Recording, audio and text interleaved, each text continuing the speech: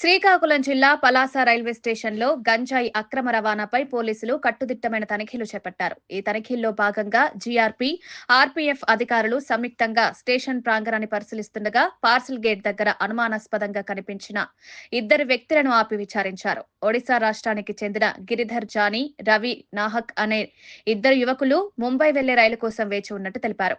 వారి వద్ద ఉన్న బ్యాగులు పరీక్షించగా భారీ మొత్తంలో గంజాయి బయటపడింది.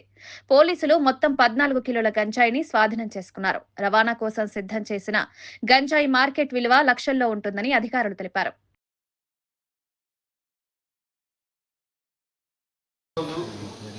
అనగా 22/11/2025 ఉదయం 7 గంటల సమయంలో north and Palasa railway station దగ్గర ఆర్పీఎఫ్ స్కాప్ రోజువారీ తనిఖీలో భాగంగా ఈరోజు కూడా విధులు నిర్వహిస్తున్నప్పుడు ఇద్దరు వ్యక్తులు కనిపించారు. వాళ్ళ వద్ద ఏముందని అడగగా 2 బ్యాగుల్లో గంజాయి ఉందని చెప్పడంతో అది చెక్ చేస్తే ఒక వ్యక్తి వద్ద ఒక బ్యాగులో 3 ప్యాకెట్లు, ఇంకొక వ్యక్తి వద్ద 4 ప్యాకెట్లు, మొత్తం 14 కేజీలు గంజాయి అని చెప్పారు.